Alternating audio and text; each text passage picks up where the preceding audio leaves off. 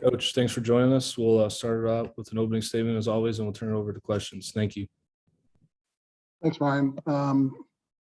Disappointing loss, disappointing series loss. Obviously had our chances on Friday, had our chances today. Just I mismanaged the bullpen. I mean, that's the only way to look at it. I've got to do a better job there with the game on the line and matching those guys up. And we've got to make pitches. We had 2 outs and a guy on, and ended up giving up 5 runs. And that's something that shouldn't happen. So anyway, that's on me, and it's a tough loss, but we need to recover and bounce back and win on Tuesday.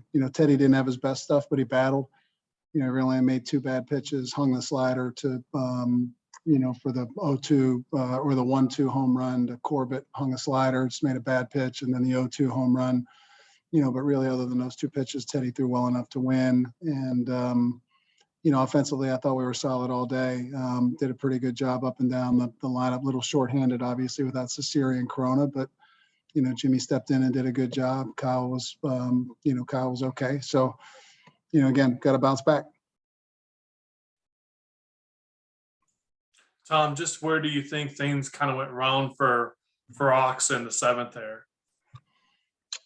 He just elevated some pitches, fell behind hitters, elevated, got the lefty out that he was supposed to get out. And, the next 2 guys behind him, have also struggled against lefties. Well, the 3-hole hitter right is kind of even splits, but Wagner, his numbers against lefties are abysmal. So he's just got to get one of those 2 guys out. And then Crum, comes in and throws the one pitch you can't on Grice. You can get Grice out in, you can get Grice out down, you can get Grice out up. The only thing you really can't get him out with is a fastball away, and we just missed the location and, obviously put a good move on it. Kind of seems like the opposite way to lose than Friday, whereas you kind of wasted, such a good start there from Rhett. Whereas today, offensively, I think every one of your players got a hit. Everybody kind of contributed. I guess, how good did the offense do today, and how much does it kind of hurt to waste that kind of effort? Yeah, for sure. Again, there's going to be Sunday games where you're going to need to score 10 to win.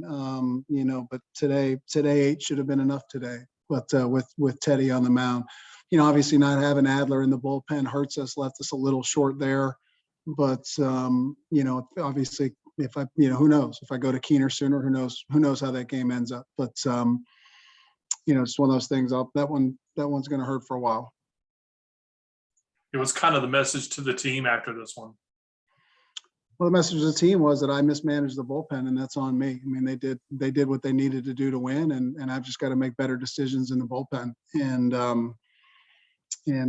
give us a better chance in those situations. So it's just one of those things where it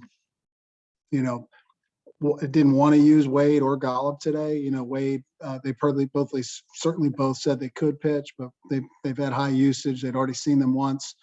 I wanted to go with a fresh look. And again, if I had to do over again, I just would have went right to Keener. After Ox got the lefty out, I would have went right to Keener right there. But, again, I was 50-50 on that. And, then the matchup said stay with Ox and Crum. And, we just didn't get it done. I mean, we just got to make a pitch. If we make a pitch somewhere in there in a 5-hitter stretch, it changes the whole dynamic of the game. Just make a pitch. What's the prognosis on Danny Corona? I think it's day to day. I mean, I don't know that we probably won't have him on Tuesday. I wouldn't think, but I'm hopeful we can have him on Friday. But it's, certainly day to day. Of course, I guess you fully expect Adam Cesare to make the trip to South Bend, right? I do. I'm hoping that the fever breaks here, today or tomorrow, and we can start to get him some work. I'd hate for him to go up there not having had any baseball activity. I mean, ideally, we get him in the lineup Tuesday. I don't know if that's realistic or not. But I think having him for Friday is probably a likelihood. I guess just what does this mean in terms of the ACC race? I mean, at face value, when you just look at records, it looks like a really tough series to lose. But then a lot of these things happen during the season, right? I mean, in conference play, and you can't take anybody for granted. And we've seen other upsets across the league. Where does this kind of, what does this leave you guys?